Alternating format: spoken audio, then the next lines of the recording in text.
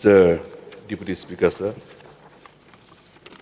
at the very outset, I would like to thank the honorable mover of this court motion, Arden Miller Baseomoit, honorable member from Nongkrem, and other colleagues of mine who are Paul Lingdo, Dr. Celestine Lingdo, Miani Dishira, Charles Pongruk, Rupa Marak, Dr. Kasi, Dr. Mukul Sangma, and Mr. Koming Won Imbon, for having raised and addressed concerns, matters related to the style and functioning of the Power Department. Sir, I would like to, in fact, I have to reply to the clarification given by the honorable member, Paul Lingdo, that I'm here in this August House as a responsible member and as a responsible minister in charge of Power Department, entrusted to me by the Honorable Chief Minister. I want to make it clear that this House is the only platform where we can share our grievances, we can share ideas, new thoughts. And from me as a minister, which I believe till today and in the future as well, the government as a whole will always note down all the points mentioned by the members, be it from the Treasury bench or from the opposition, that the points mentioned or highlighted by them are being taken care of. Because they are raising concerns, not of their personal. They are here on behalf of the people of their constituencies. I'm very fortunate, and thank God that at least I've been entrusted with this responsibility. All these years, I've been a member of this House. I've been in the Treasury bench. I've been in the opposition. And I've been there as a Speaker of this House from 2019 to 2023. And a lot of grievances from the people. The same kind of issues are being addressed by them from time to time. So we are duty bound to ensure that we respond to those points raised by all of them. So I want to mention here, I want to say here that nothing personal about anything. I think I don't know. And in fact, I don't want to dwell so much on that because it will consume a lot of time. When the court motion was moved by the honorable member, it was mentioned categorically to discuss the style and functioning of Power Department. To whatever extent and to the information that are available with me, I would like to share that. But the honorable mover of this court motion has said that I don't want to talk so much about the other matters of the Power Department, but he wants to confine to only the billings sections, penalties, pensions, I think 2-3 more points only. But in the process, as per the rules and procedure and conduct of business of this August House, it is allowed by any member of this House to participate in that court motion. Therefore, other friends as well have done that because they want to express their concerns about the issue of Power Department. So the other day I have replied.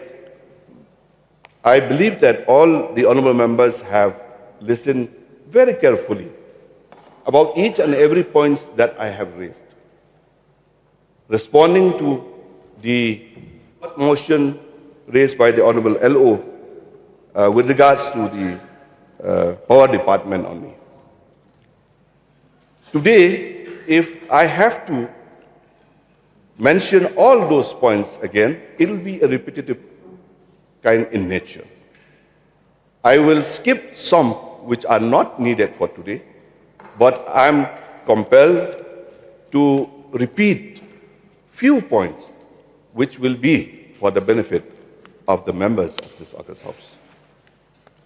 Please allow me, sir, it might be a little lengthy, because first of all, I would like to come to all those points, to the issues of the style and functioning of the power department.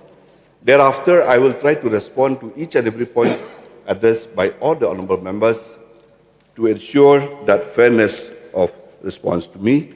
Though if in case I could not respond categorically to each and every queries raised by the honorable member, rest be assured that I will ensure that I attend to those points and to examine and to see what we can do as far as the department is concerned. Mr. Deputy Speaker, sir, I would like to inform the honorable members of this August House that the management of power supply in the state of Meghalaya had been under control of erstwhile Meghalaya State Electricity Board with effect from 21st January 1975. On 31st March 2010, the government of Meghalaya notified the Meghalaya Power Sector Reforms Transfer Scheme 2010, thereby giving effect to the transfer of assets, properties, rights, liabilities, obligations, proceedings, and personnel of the erstwhile MESEB to namely Meghalaya Energy Corporation Limited, the holding company, Meghalaya Power Distribution Corporation Limited, MEPDCL, the distribution utility, Meghalaya Power Generation Corporation Limited, MEPGCL, the generation utility, and Meghalaya Power Transmission Corporation Limited, MEPTCL, the transmission utility. So these are the three subsidiary companies which comes under the holding company of the Meghalaya Energy Corporation Limited, which in any way they have to work together to ensure that the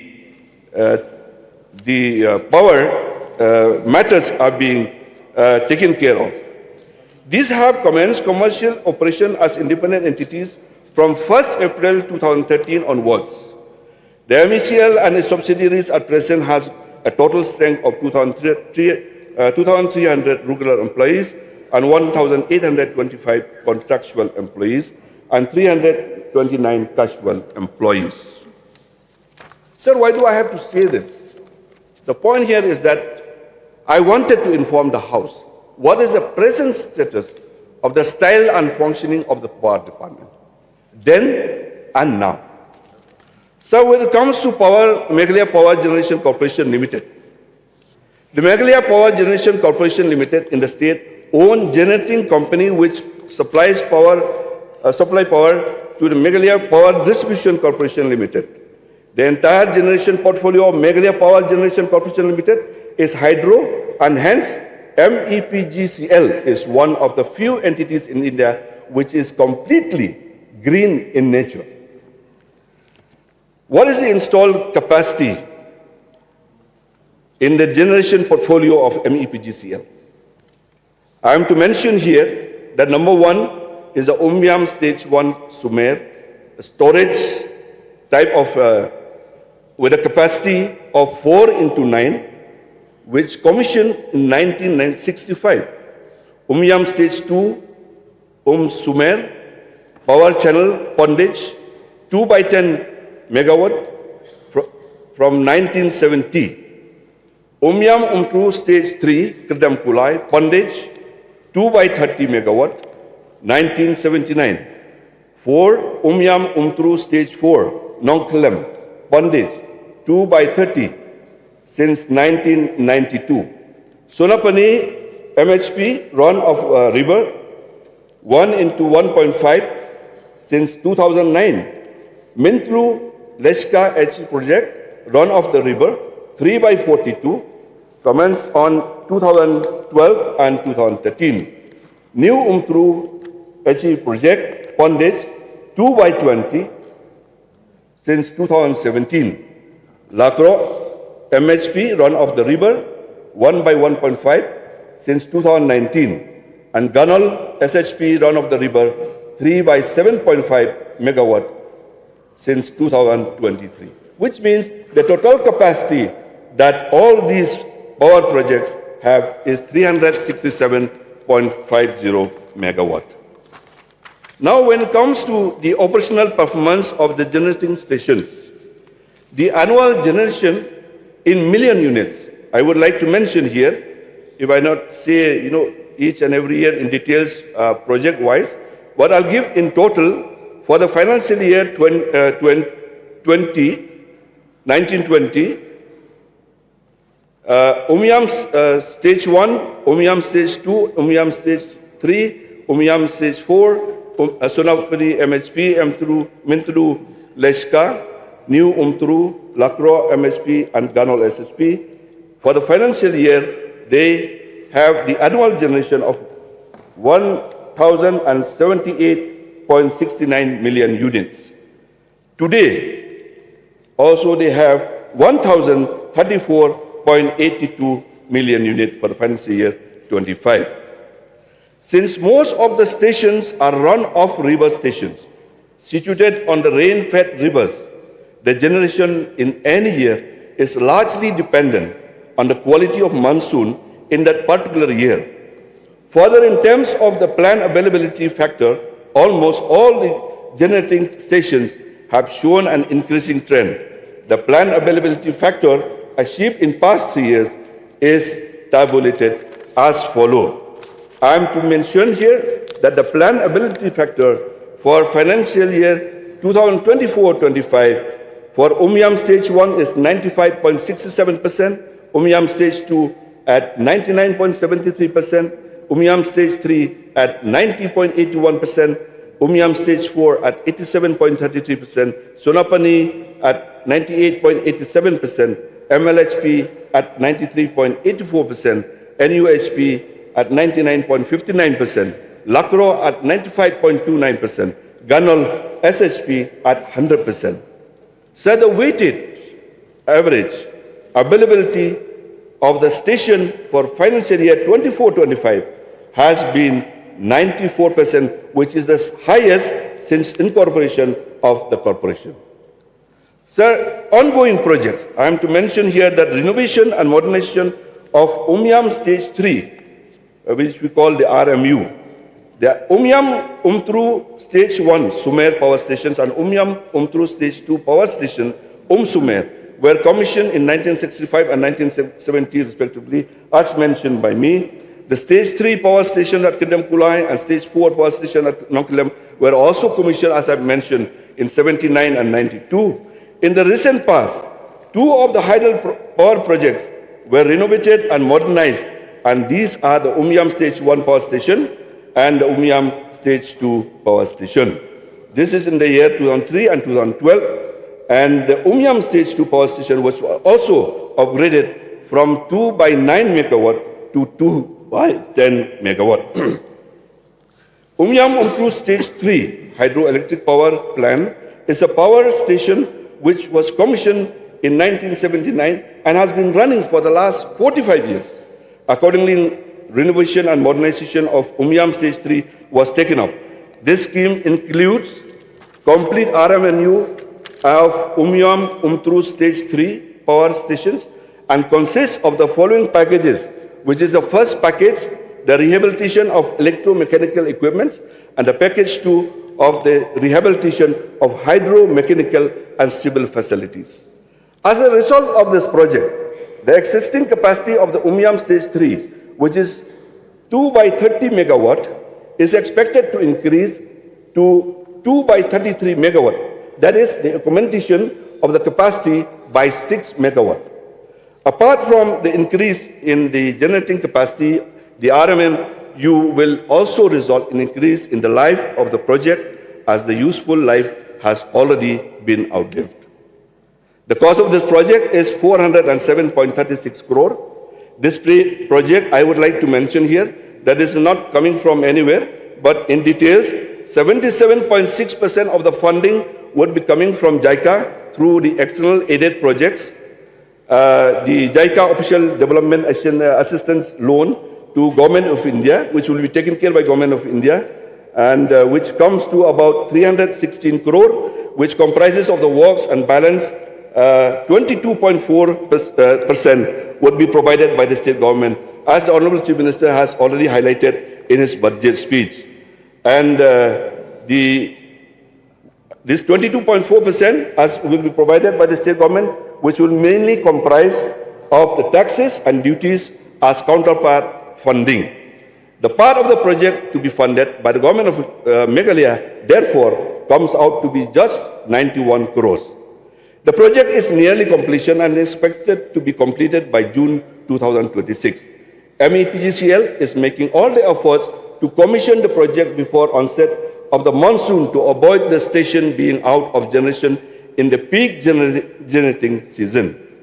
Sir, the provision of rupees 80 crore in the budget is required towards the completion of this project. Now I come to the dam rehabilitation and improvement project, which we call in short DRIP. Meghalaya is one of the 18 states included under DRIP Phase 2 and Phase 3, with a financial outlay of rupees 441 crore allotted to MEPGCL, which includes rehabilitation of 4 dams under the DRIP 2 as an externally aided project, EAP, to be funded by the World Bank and Asian Infrastructure Investment Bank. The objective of the DRIP 2 are as follows, I want to mention: to improve the safety and operational performance of selected existing dams and associated opportunities in a sustainable manner.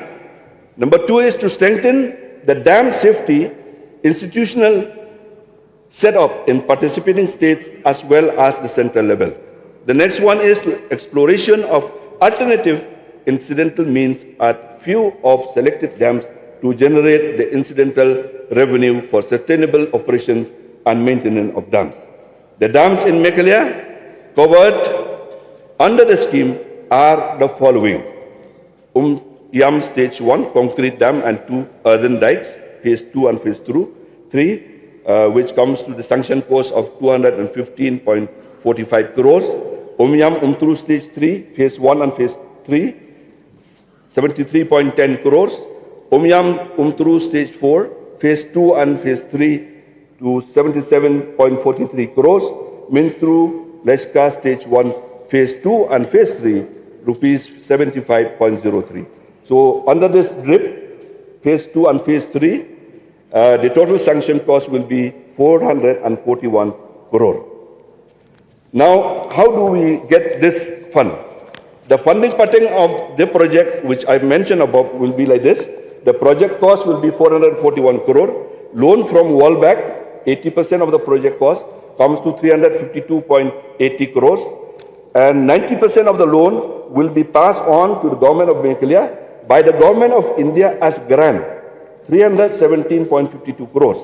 Whereas 10% of the loan will be passed on to the government of Meghalaya by the government of India as loan, which comes to 35.28 crores. Counterpart funding by government of Meghalaya, 20% of the project cost is 88.20 crore. Sir, the project is currently on the progress, and the overall physical progress achieved is 32%, and the project is expected to be completed by 2028, though we are pushing very hard to see that if we can advance the completion year by few months, perhaps for the benefit of the department and the state as a whole. So the provision made under the budget of rupees 70 crores under this head is to meet the expenditure to be incurred in implementation of this project. Now I come to the small hydro project of Riangdo. The Riangdo project was conceptualized for 3 megawatt, which means 3 by 1 megawatt each, and administrative approval was granted by government of Meghalaya as at the completion cost of 33.99 crore, in August 2017.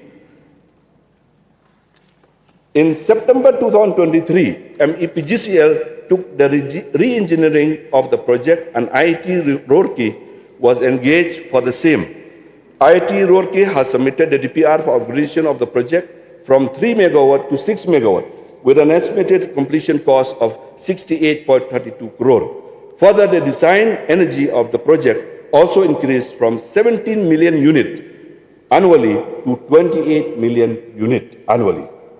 Keeping in mind the impact of augmentation of the capacity on the project cost, the Government of Meghalaya accorded the administrative approval for the increased capacity of the project in 2025 June.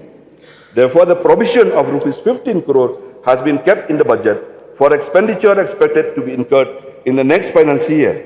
The project is under construction and as on date, 48% of the physical process have been achieved. The project is expected to be commissioned in the same year of 2028. Future prospects. The detailed project report for the 210 megawatt Mintru-Leshka Phase 2 project has been completed. The expected design energy of the project is 591 million units. The government will shortly finalize the financial linkage, including the option of central financial assistance to implement this Leshka 2 project. The Meghalaya Power Generation Corporation has also completed the detailed project report of 12 small hydro power projects with a cumulative capacity of 63 megawatt.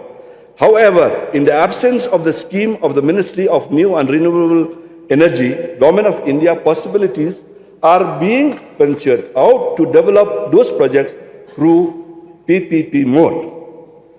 Government of Meghalaya has accorded approval for the award of 2 small hydro self-identified projects with a cumulative capacity of 37.5 megawatt. The implementation agreement has already been signed and State-Owned Power Distribution Corporation Limited will sign a power purchase agreement of 30% of the installed capacity with the developer. As raised by the Honorable LO, I am to mention here that the state will also get 12% free power and 1% as the Land Area Development Fund, what we call in short the LADF, from both the parties. The government has also accorded approval to sign the implementation agreement for the development of another large hydro project with a private developer. However, the state will not get into any PPA with the project. The state will get the benefit of 12% free power and 1% LADF from the project. Now I am coming to the Meghalaya Power Transmission Corporation Limited, sir. This corporation also is a very, very important, which plays a very vital role. And I'm to mention here that the Transmission Corporation Limited of Meghalaya is vested with the responsibility of the transmission licensee in the entire state of Meghalaya. The overall network of MEPTCL comprises of lines and substations at various voltage levels. However, the major network is comprised of 132 kV lines and substations. Meghalaya Power Transmission Corporation has made a significant improvement in the capacity addition in the recent past. Today, the transmission network comprises of 400 by 220 kV gas-insulated switchgears substations with a capacity of 630 MVA. 3 numbers of 220 by 132 kV substation with a capacity of 1160 MVA, 20 numbers of 132 by 33 kV substations with a capacity of 945 MVA. Thus, the combined transformation capacity of the state stands at 2,735 MVA as on today. In terms of line length, the state has a total of 1,835 circuit kilometer of transmission network with 4.65 circuit kilometer of 400 kV, 485.88 circuit kilometer of 220 kV, and 1,344.61 circuit kilometer of 132 kV. The line length, therefore, has increased from 259.08 circuit kilometer at 220 kV level and by 370.82 circuit kilometer at 132 kV level since 2018-19. In terms of percentage, the line length at 220 kV level has grown by 140% and 132 kVA by 38%. In terms of transformation capacity, at 220 kV level, it has increased by 640 MVA level and 300 MVA level, and at 132 kV level since 2018. In terms of percentage terms, at 220 kV level, there has been an increase of more than 200%, and 132 kV level by 55%.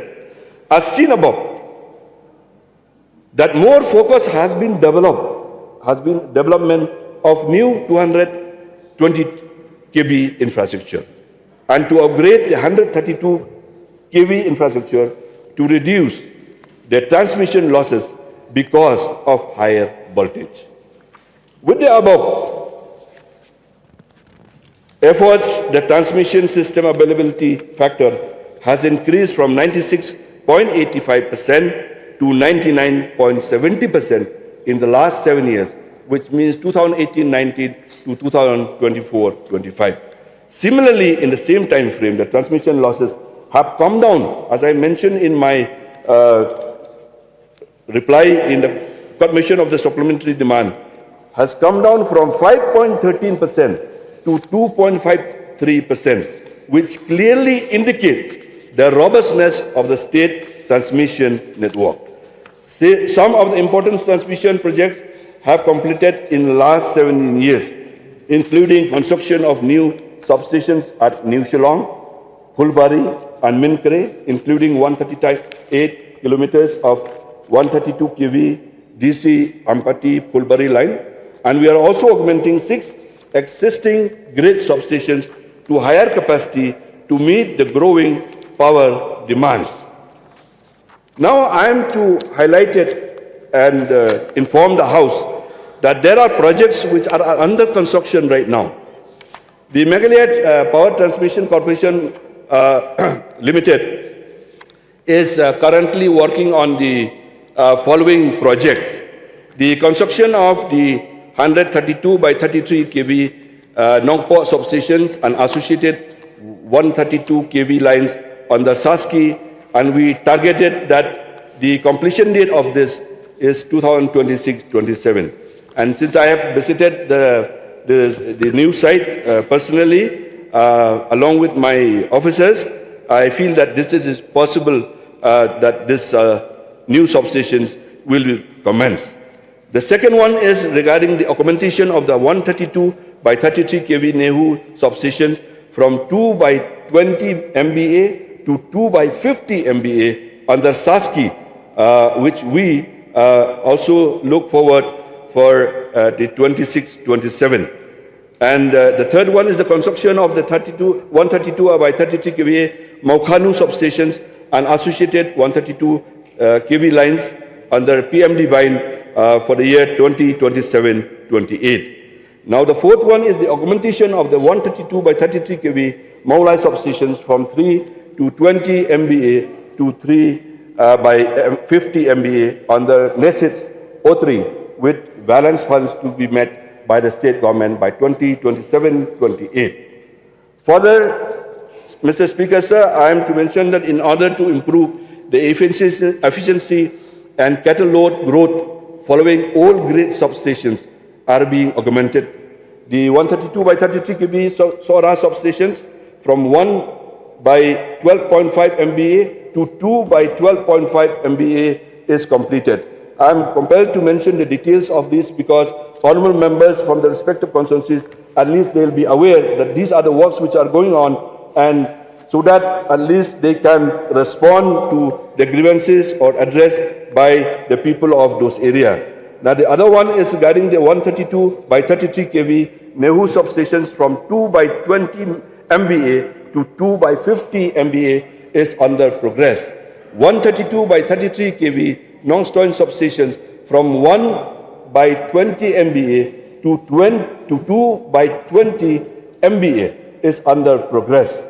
Now the other one is the Maukrang substations from 132 by 33 kV to 2 by 20 MVA to the 132 by 33 kVA from 2 by 20 MVA to 3 by 20 MVA, which is under progress.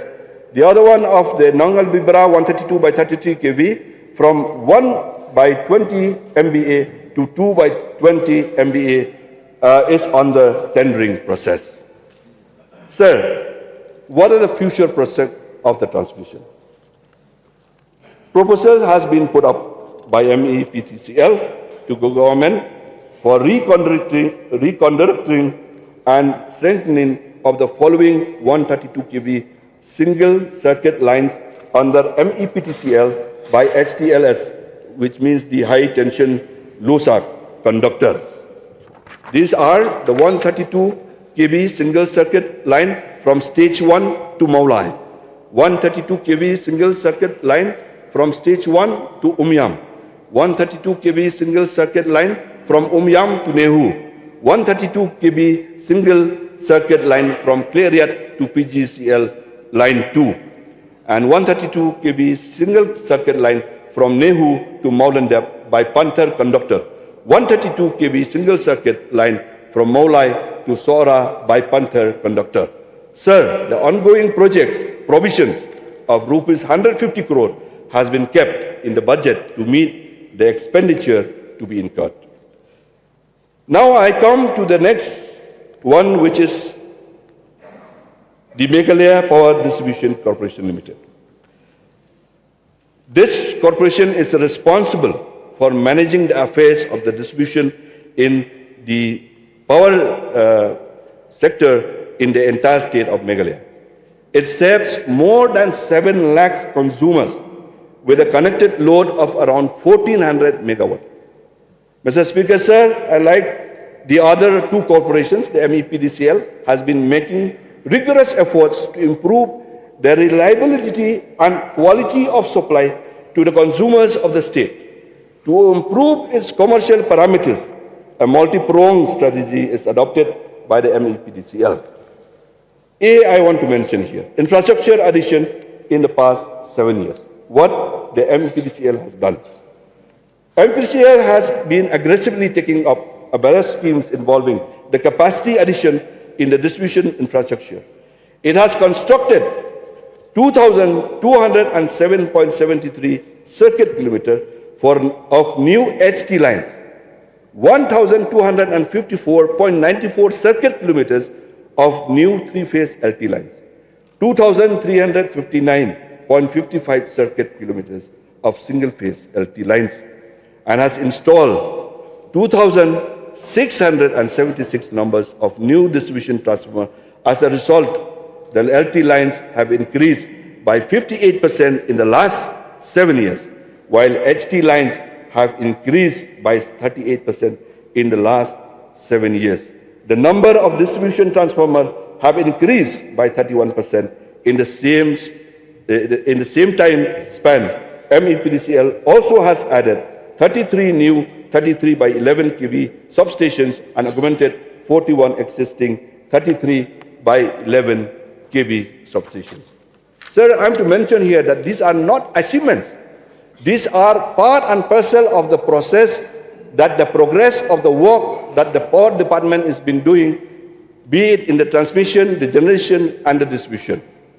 So the impact of the above mentioned massive infrastructure growth can be measured in terms of quantitative parameters, which are as follows.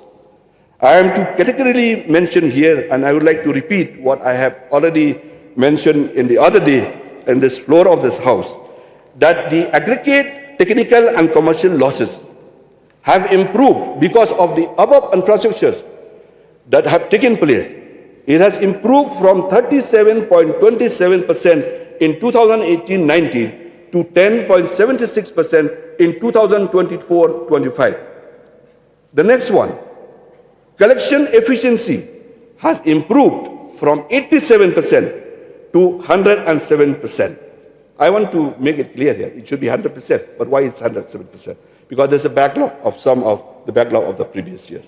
In the same time frame, the technical losses, transmission and distribution losses, have improved from 36.20% in financial year 2018-19 to 16.60% in financial year 2024-25.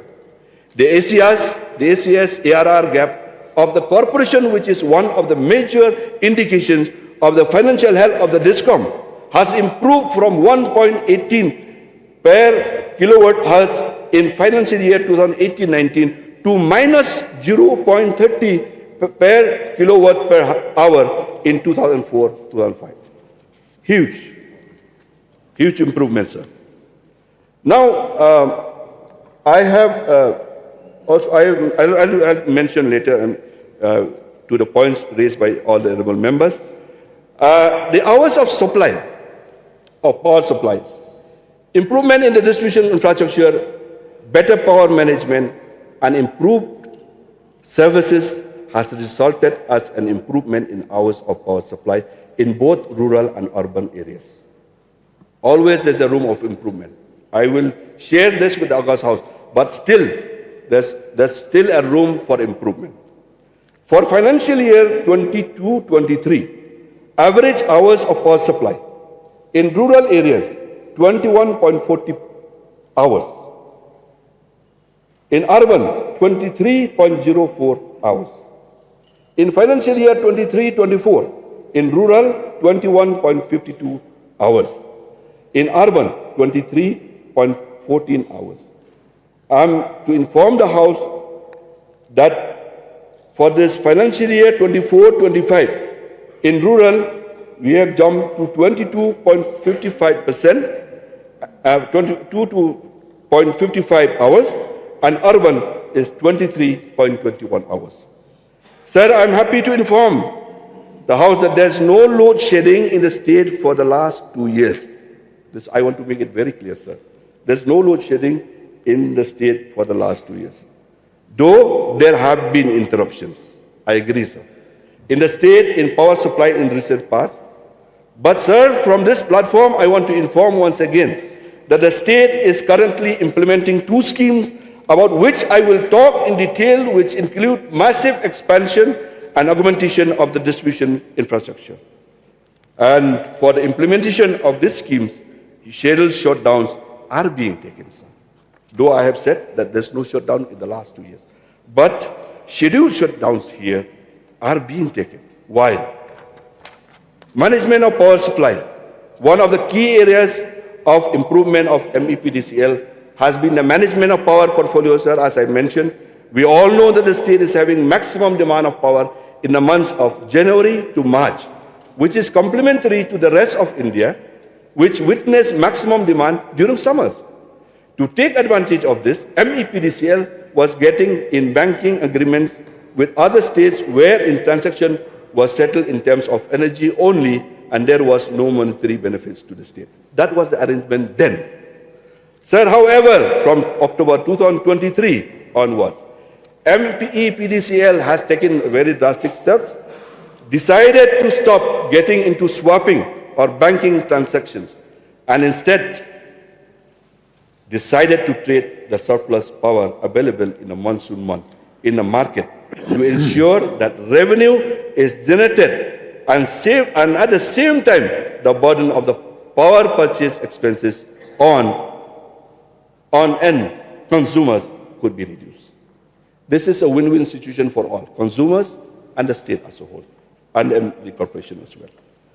Sir, MEPDCL has earned a revenue of close to rupees 1,000 crore from sale of power in open market in the last 2 years.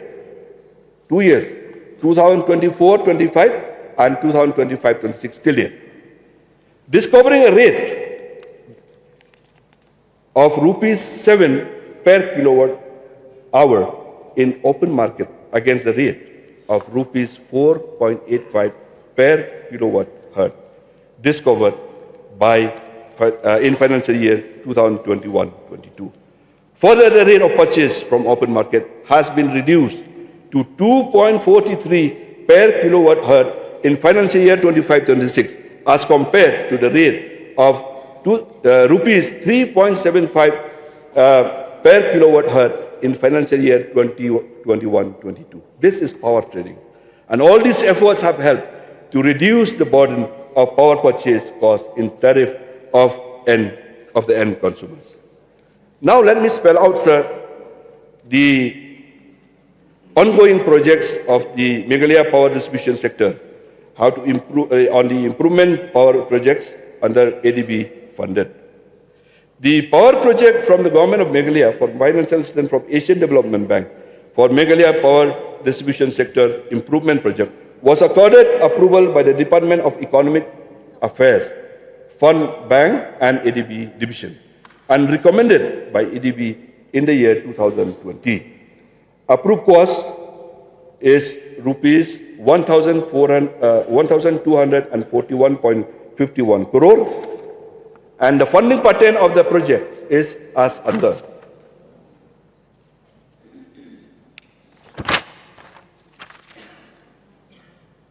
The ADB contribution is loan, again 80% of the entire project, and out of this central government share for the state is 90%, and the state share is 10%.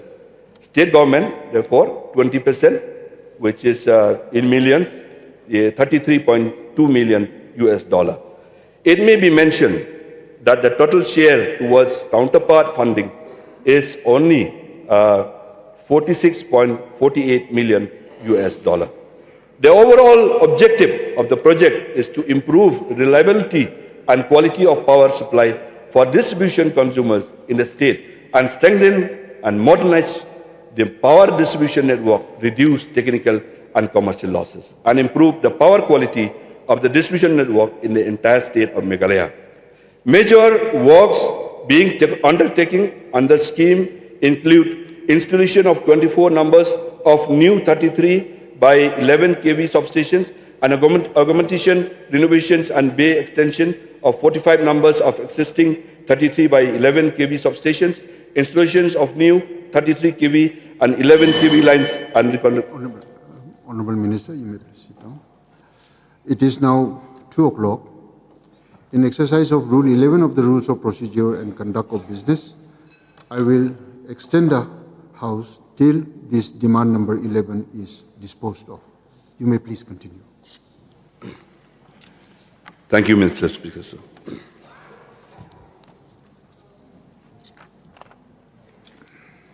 And the installation of the 33 kV and 11 kV lines and reconducting, augmentation and replacement of existing 33 kV and 11 kV lines, replacement of 180,000 numbers of existing consumer meters with smart meters. The overall progress of the project, I want to inform, is 69%. Status of overall scopes and implementation progress is as under. Work description, 33 by 11 kV, new substations development, 24 in numbers, completion in numbers per circuit meter, 9, and progress is 38%. Augmentation, upgradation of existing 33 by 11 kV, quantity is 35, completion in numbers, 22, and progress percentage is 63. 33 kV base stations at 33 by 11 kV substations, quantity 10, completion 4, and 40% progress. Oil filtration plan numbers 2, completion 2, and progress is 100%. New 33 kV single circuit line, quantity is 709, completion in numbers per circuit meter is 141, and the progress percentage is 20.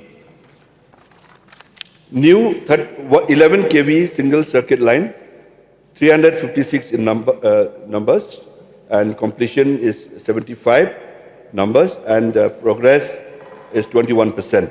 Reconducting of existing 33 kV line, the progress is 107%. Reconducting of existing 11 kV line, the progress is 49%, and installation of smart meters, the progress is 69%. The financial progress of the project is that the total original cost of the scheme was 1,225.74 crores. Till date, the total expenditure incurred is 629.11 crores. Out of the 629.11 crores, 9.40 crores rupees has been contributed as counterpart funding by the state, and the 619.71 crore has been received through external assistance. Therefore, sir, for this ongoing project, provision of 145 crores has been kept in the budget to meet the expenditures to be incurred. Sir, again, I would like, this is very interesting, I feel, for me, and perhaps as a representative of my constituency, and even for others also, which I have taken note of, like almost all the honorable members have mentioned about the required needs or the required attention to be addressed by the Power Department with regards to the revamped distribution sector scheme. The Government of India has approved the revamped distribution sector scheme, in short RDSS, to help DISCOMs improve their operational efficiencies and financial sustainability by providing result-linked financial assistance to DISCOMs to strengthen supply infrastructure based on meeting pre-qualifying criteria and achieving basic minimum benchmarks. The scheme aims to meet the following objectives: reduction of AT&C losses to pan-India levels of 12 to 15%, reduction of ACC ARR gap to zero, improvement in the quality, reliability, and affordability of power supply to consumer through a financial sustainable and operationally efficient distribution sector. The scheme has the following components. I am to elaborate this, that the component number one, installation of about 4.72 lakhs numbers of smart meters.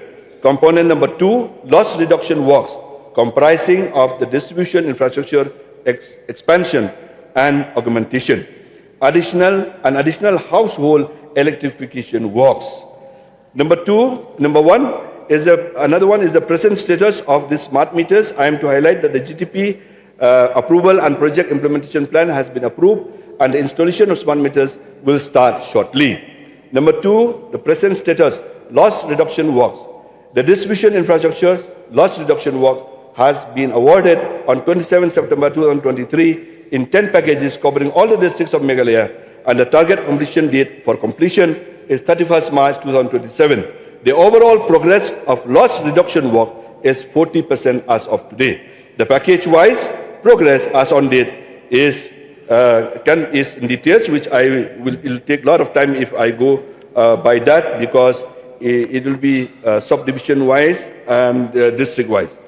Sir, number three, I want to inform the House also that the present status of the additional household electrification works, which was there as part of the questions also, which in fact it has lapsed.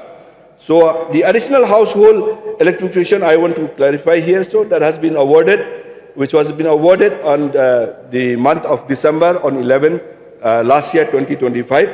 We have already awarded in 13 packages covering all the districts of Meghalaya, and target the completion date for completion in June 2027. At present, survey work is in progress, and commencement of work will start shortly. So the total number of household, I will just say here, because I have the details of district-wise, but that will consume a lot of time again. But the total number of household is 55,628, and village habitations is 2,500. Sir, I would like to inform the House also that in fact the Government of India agreed initially that it will be for 50,000 only, but we have already raised up the issue that from week to week, month to month, the number of households keep on increasing, and therefore we requested the Government of India that they should allow on the actual number of households. So now, in fact, all the households which are unelectrified in the entire state will be under this scheme. So almost all the villages which falls under, all the villages which are there in the scheme will fall under this scheme. But I want to again clarify here, there are few doubts, it appears in some of the minds of the members, that there are a few households which are already there in those villages which have already been electrified, but few households have not been electrified. They also can get. But in case of any informations which are not available at the subdivisional levels, perhaps I may request the honourable members to please inform accordingly to the subdivision so that they can take note of those, as the actual numbers till the end of the scheme will be allowed.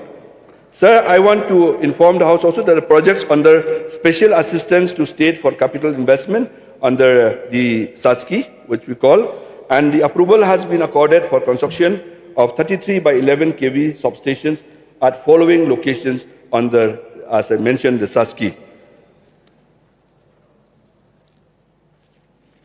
The package 1, West Garo Hills district, location is Tura Sericulture, 1 quantity, sanction cost is 784.43 crores. West Garo Hills, Tura SSB land, 774.44 crores.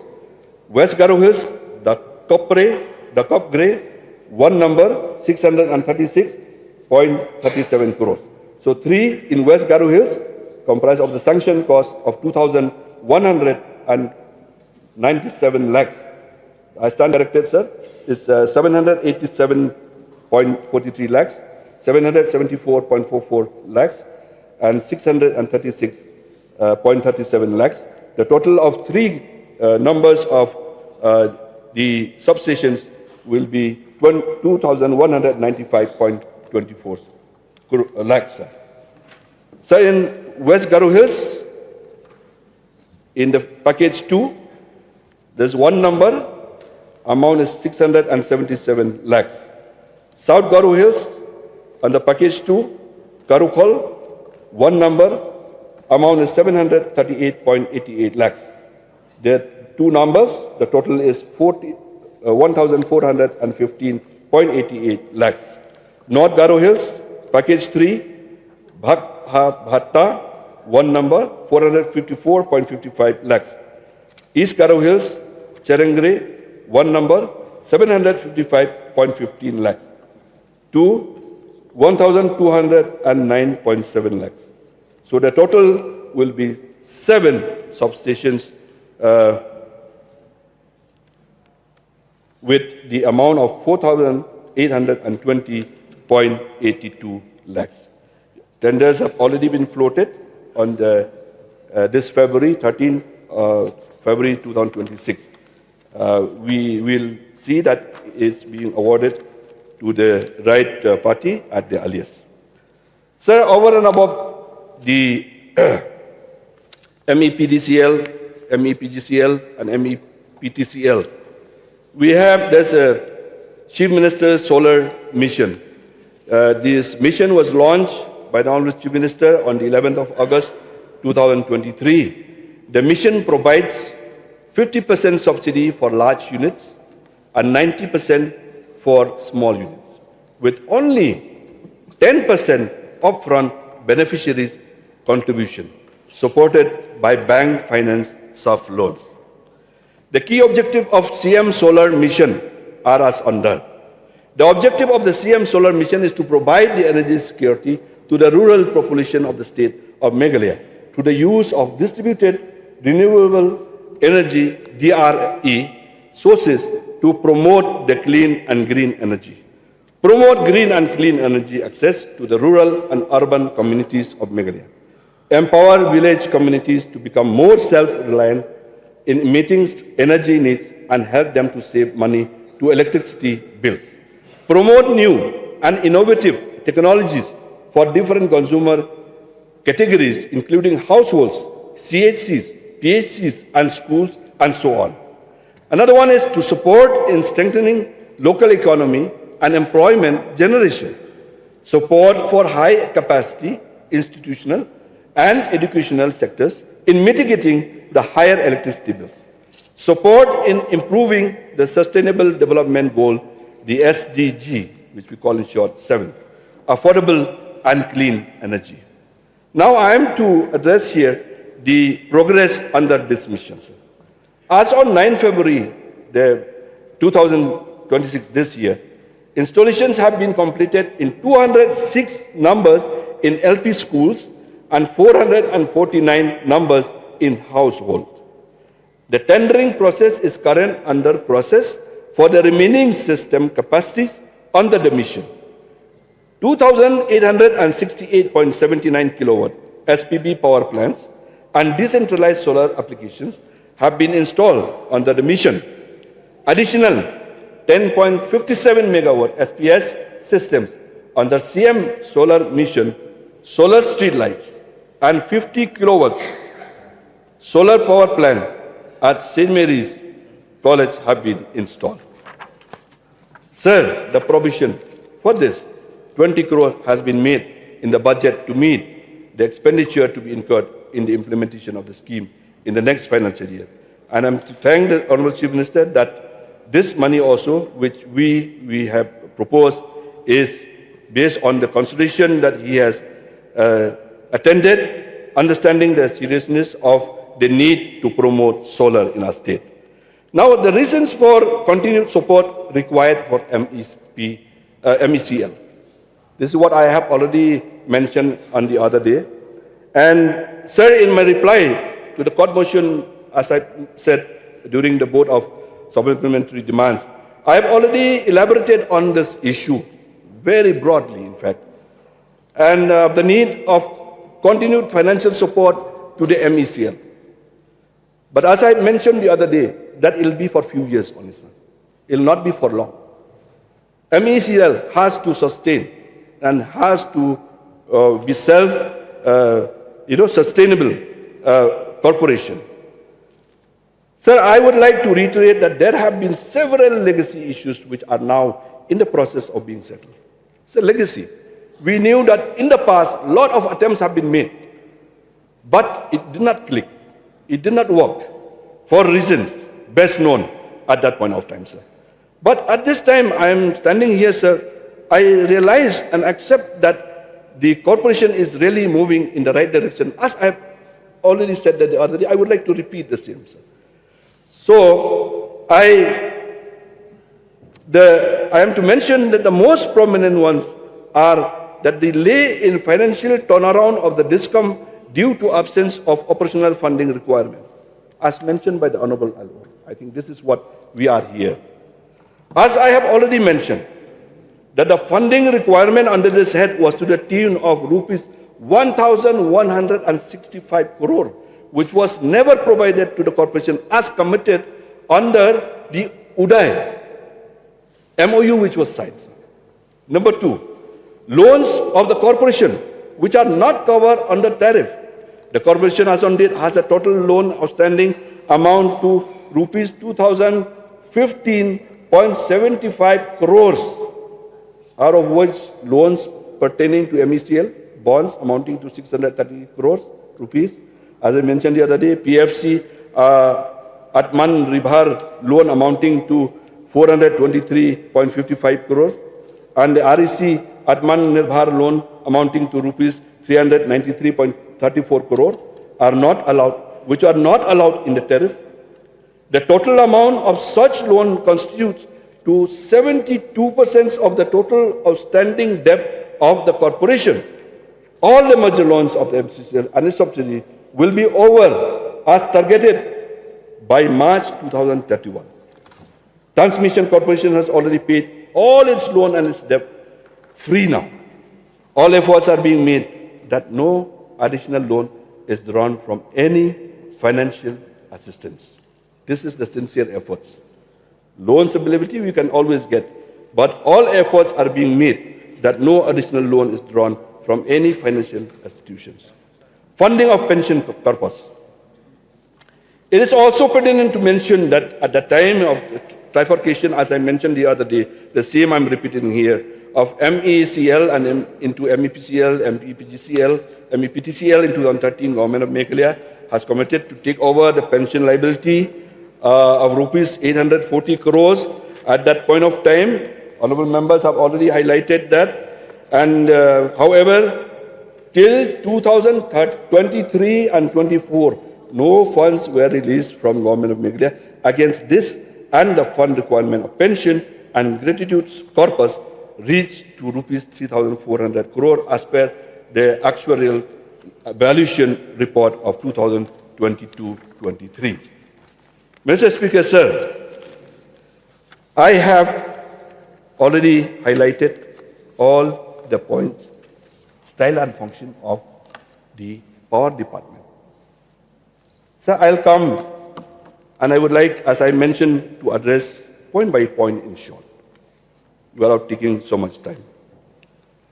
Sir, honorable members from Nongkrem has mentioned about matters related to bills.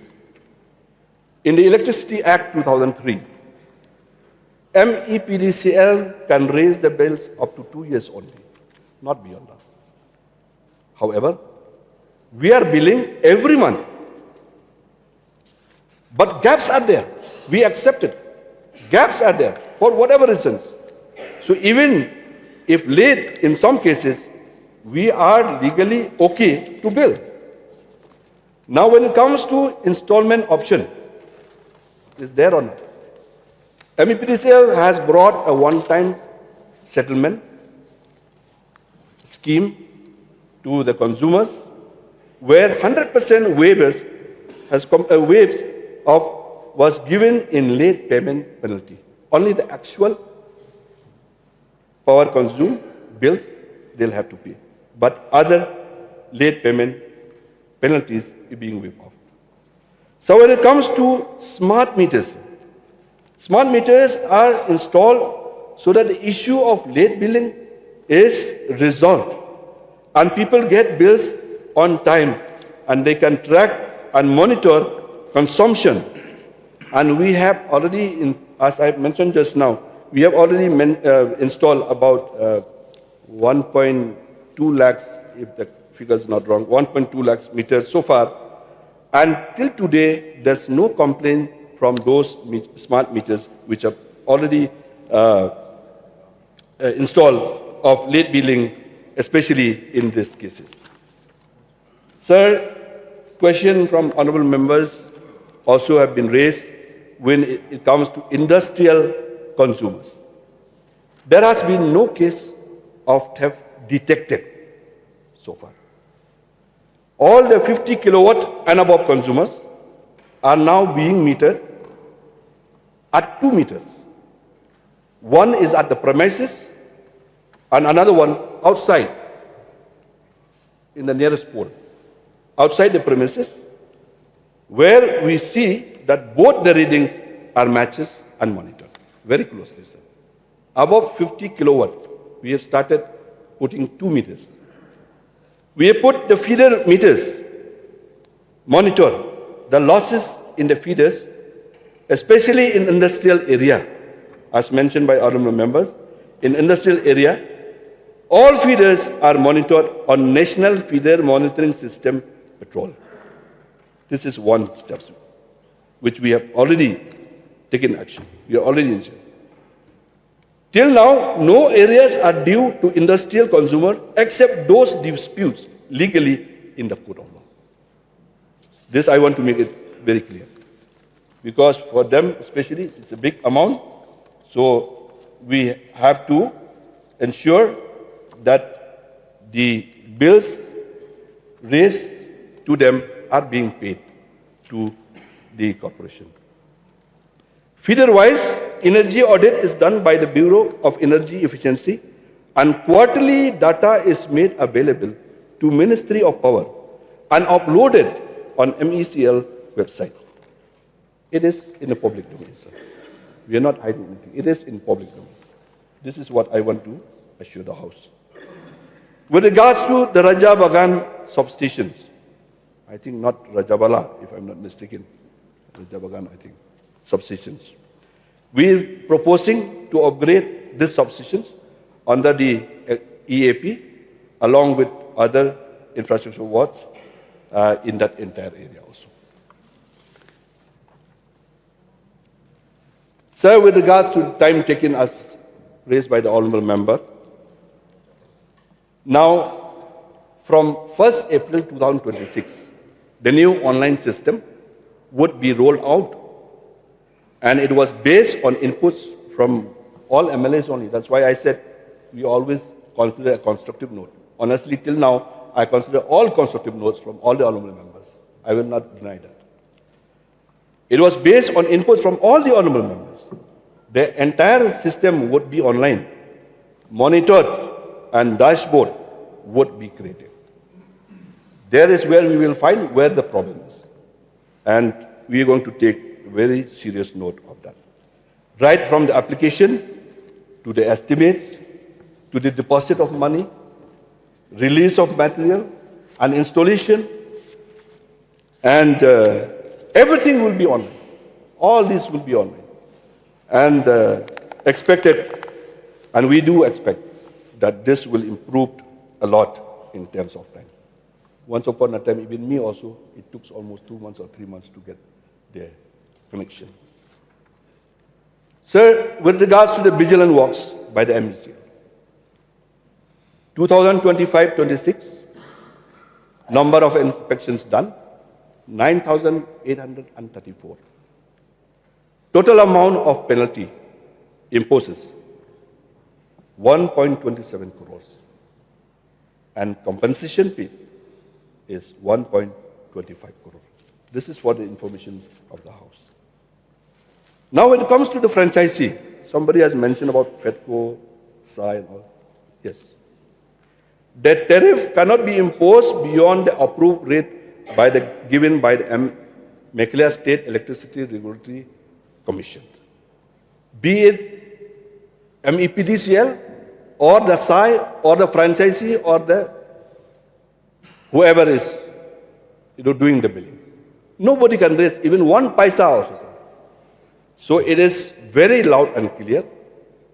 I don't know, the corporation, the distribution corporation will definitely look into that in the event of any problems that the consumer face, that this month 200, next month they're getting 600 overbilling. I think that will be unlikely. I don't think it will be that because of the tariff from 6 rupees to 12 rupees or from 5 rupees to 10 rupees. The problem in bill can be raised to MECL in case of this billing, be it franchisee or anyone. You can raise the issue with the MECL through the SDO office or helpline 1912. This is open for all. Next one is there had been cases of low billing done in the past by few meter reader causing loss. We accept this to some extent. It is because of a reason. By some meter reader causing loss, they have whatever it is, understanding, bill, they stay in the market, in the tea shop, and they do the billing there. But things have changed now. We are trying to rectify. And these issues are getting sorted out now. And we'll try to see that all the actual bills consumed by the consumer be billed as per the consumer, and we take it from them. With regards to the Kantam Gray, I think Mr. Rupamarak has mentioned the household, and there are about 214 families there, and the distribution transformer is one number there with 63 kVA. This is the information that I have, with HT line of 0.3 kilometer, and the LT line is 3.9 kilometer. This one will come under that RDSS scheme, which is under that additional household electrification scheme. So we have already awarded the tender recently, and the work will commence immediately without delay to ensure that we reach the expectation of the consumer. Sir, Dr. Kazi, for non-metered connections, now in MEPDCL we do have that the billing done by assumption for non-metering, and for every non-metered consumer, it is billed at 100. It has been procured at 115 units per month per kilowatt. So that is the standard thing that is being fixed charge and are to be paid as per the rule. So we are now moving from for smart meters, in fact. So that will replace about those non-metering, because everyone will be fitting with this new meters. Electrification in new household, I have already mentioned about that the main issue is the absence of infrastructure and of new habitations, and estimates were very high. But we have now with great difficulty got the RDSS scheme, and as I mentioned already, 2,500 villages will be included and 55,000 plus, and as I've said, those are the numbers only we have already surveyed. The survey is still going on. As I've mentioned, we will get the actual number of, as per the actual number of households for electrification. The government of India has allowed that these schemes will be given. I have already mentioned about the rise in bills after appointment of franchisee, so I think I have already cleared all this. But for the difference in billing, we are monitoring it, and in any case of unreasonable and illegal billing would be handled with the utmost seriousness by the MECL, and we are taking note of that. Please bring it to our notice. We'll take note of that overbilling if it is not actual. For uninterrupted supply, I've already highlighted, sir, earlier about the number of hours that rural are, the power supply in the rural and the urban wise. So I think that has definitely was surprised. But but now since we have, again I am to mention here that we have really moved from the era of scheduled load shedding. As I mentioned, last 2 years there's no load shedding, but because now only those scheduled load shedding is because of the ongoing schemes which are going on, and where we need to shut down those substations, and for the fitments of like pole, erecting of pole lines, and so on.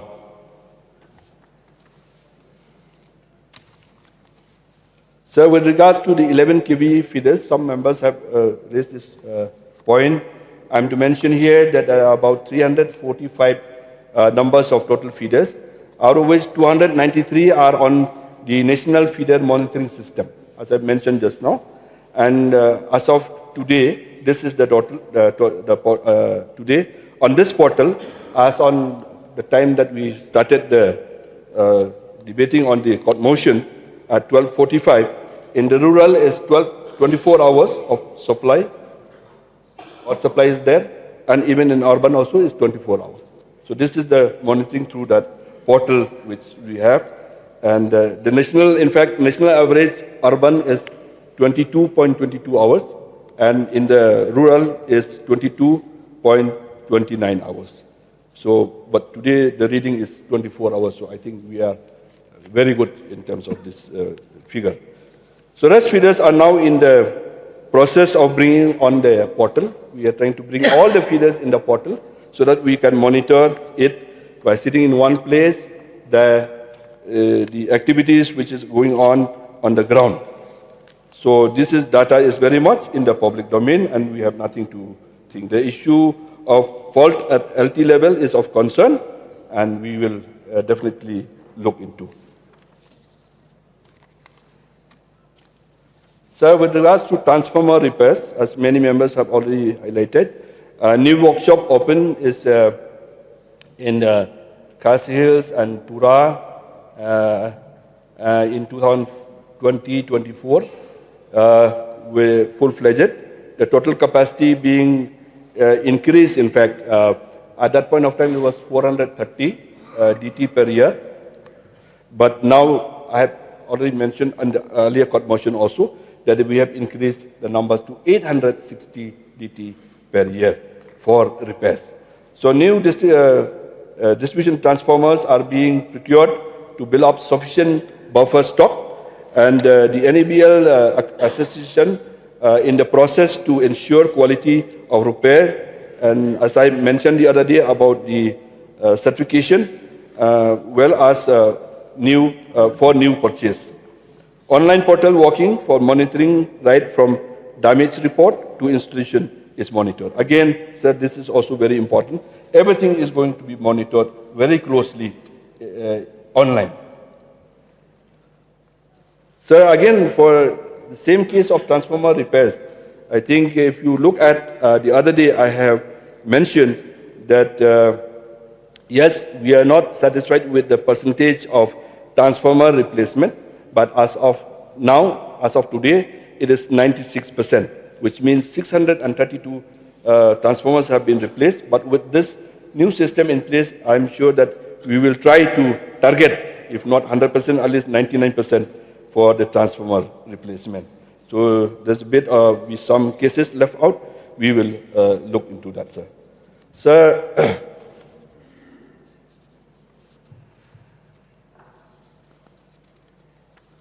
so with regards to theft of electricity, some have really mentioned about theft of electricity. Now I want to inform the House that the investigation and enforcement of the Eastern and Central Zone in 2021, we have received a total number of cases where inspection was carried out, 4,885, and 2025 is 11,496.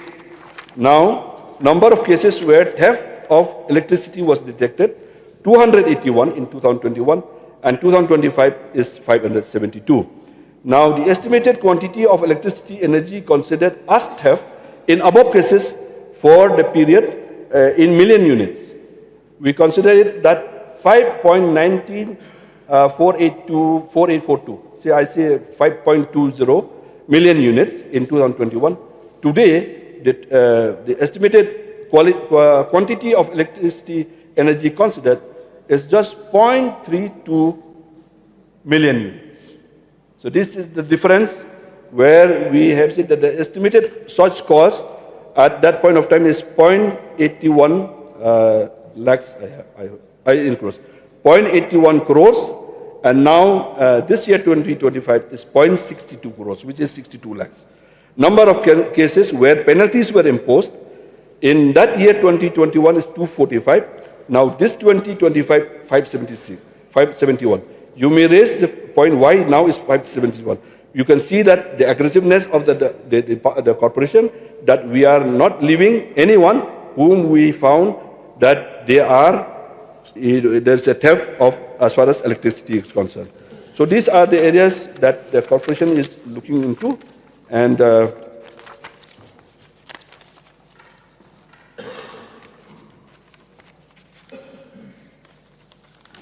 free power, I have already mentioned about the 12% free power to the state and 1% to the land, LEDF, the local area development fund. And Riangdo also I have already, we have revised the capacity from 3 megawatt to 6 megawatt and so on. Sir, I hope I have attended to all the points raised by all the honorable members, because since many points, sir, if I still have to go with more on this, though some members have raised, they want a categorically, reply from my side, but I am to mention here, sir, that I have taken note of all the points, and I will attend it in a very positive way to see that all the grievances are being attended. And but the most important thing, sir, I am to mention here that we are here for the people. They are the consumers. We should see that the fault or the problem of the corporation or the department should not be passed on or leave it to the consumers. That is what we have to do. we have to work out. So as of now, I would like to thank the Honorable Chief Minister also for being heard in whatever way, whenever we address any issues, and he's ready to extend the financial assistance, funding, and we can see that this year itself it's really a very good proposal as far as power concerned. We are driving forward, sir, but nevertheless, in that process, there will be ups and downs. There will be, lapses here and there, but we will attend it with utmost sincerity and see that the consumers should not have or suffer at the end of the day. Sir, with these few words, I hope I have satisfied the mover of this court motion and also the honorable members who have participated, for those who have supported or not supported the court motion, and I hope I have attended to all of them. And I look forward the continuous support from all the honorable members of this House to see that the power supply to the state through their inputs from time to time, we can make much better way. With this few words, sir, I now request the honorable mover to withdraw his court motions.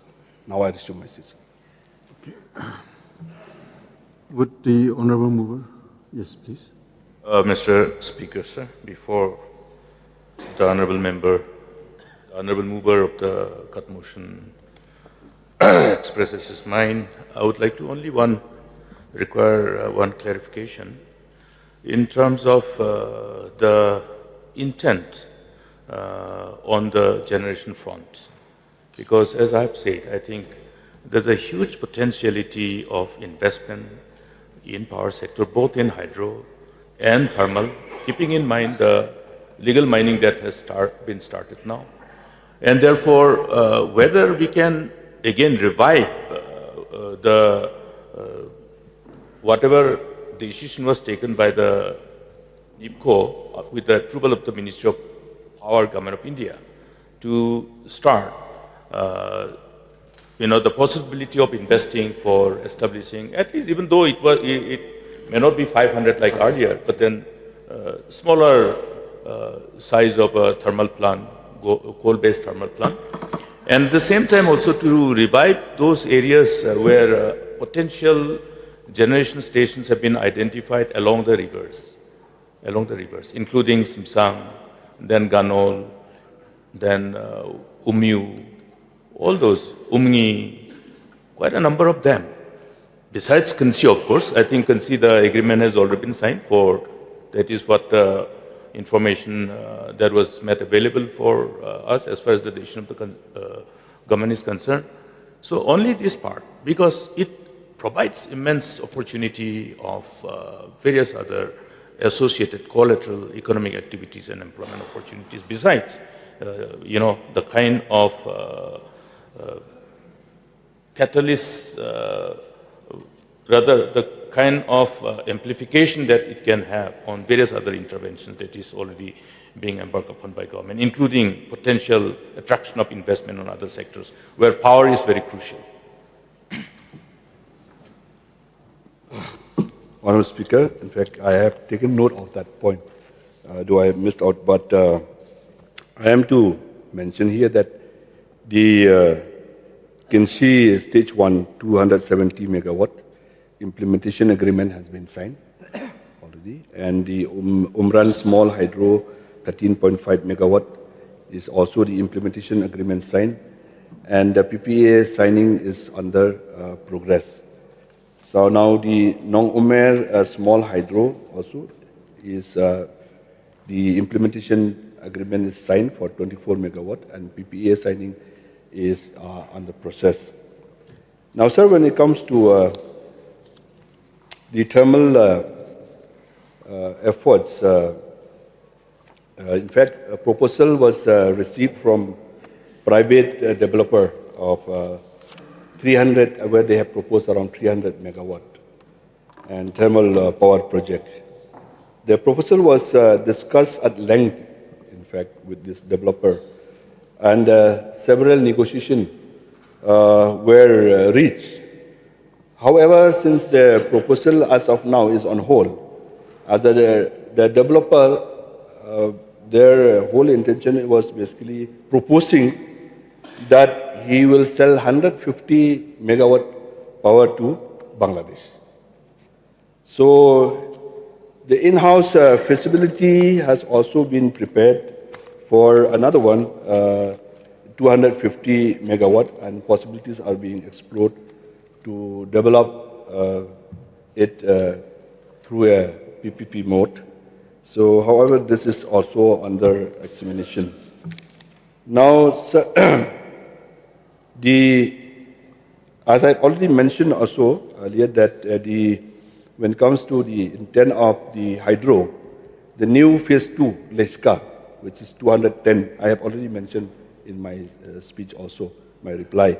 The 210 megawatt will be a new, 3 new projects, which is already in the pipeline.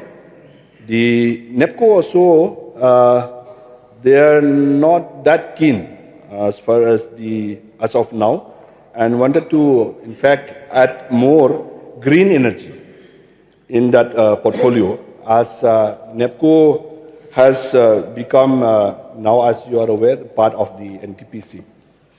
And so we are exploring some, so we are exploring all the possibility. And in fact, with NEPCO, we are trying to explore now the pump storage project. And let's see, we are in the stage of initiating the process. So hope all those have been taken into consideration. Okay. Paul Lindo, you want to speak? Sir, I have brought forward a well-researched submission advocating for a multidisciplinary task force to go into what I have found out to be irregularities, which is a flim-flam, financial flim-flam in the Barnihat industrial estate. So whether the government, the minister in charge or the leader of the house can assure us, and me in particular, that this task force will be constituted in order to unearth the truth and leave no iota of doubt as to the various allegations that I have laid before this house. Sir, I think I've already clarified as far as the industrial area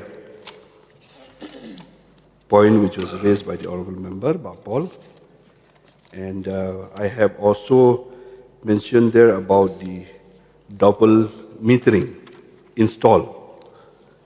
One is at the premises of those industries, and one is outside the premises of the industries. So we're checking both. We monitor both. The meter reading in the premises and the meter reading outside the premises should be the same. That is the first step that we have taken. Until now, we have not found any theft cases so far as that is concerned. But however, the distribution, MEPDCL and the department as a whole will leave no stone. We will not spare anyone. Whatever we consume, a poor consumer of just 1 kilowatt, 2 kilowatts, with just some units, 100, 500 units, we are asking from them that they have to pay exactly whatever they have consumed. How can we just let them go? So I think the corporation is very serious and they're taking all steps. Perhaps the task force, if needed, we will look into that. As I have said, I have taken note all the points mentioned by all the honorable members. It is very, very constructive, I should say. It's very, very constructive. I also noted it with a constructive mind to see that those points can be adopted for the welfare of the corporation and the people at large. And as far as that industrial areas is concerned, which the honorable member have keep on stressing again and again. I would like to stress again and again from my side that we will monitor it very closely as far as their consumptions and their bills is concerned. Sir, May I know the mind of the sir, will I, just one point, sir. Will I therefore take it as implied that the minister will constitute this task force as I've You have built a very strong case? participated in the cut motion. I don't think I can give you so many. So just an assurance, sir. Clarifications. This is. So I think leader of the house can take a call on this, sir. Sir, I can say like this, sir, right now. Here, all suggestions are needed, are noted down, sir. I've respected the suggestions of each and every member. I cannot assure each and everything whatever a member said. But the seriousness of the department and the corporation as a whole, I'll ensure that is being taken care of. And all consumers, A to B, A to Z, I should say, they will be dealt with the same kind of approach, sir. So may I know the mind of the mover, please? So I would like to thank the Honorable Minister for a comprehensive reply and also for being forthcoming as expressed by the Honorable Minister during the course of his reply. So I withdraw the cut motion. Now, since the mover has withdrawn his cut motion, now let me put the question before the House. The question is that grant number 11 be passed. Those who are for the motion say aye. Those who are against say no. The ayes have it, the ayes have it.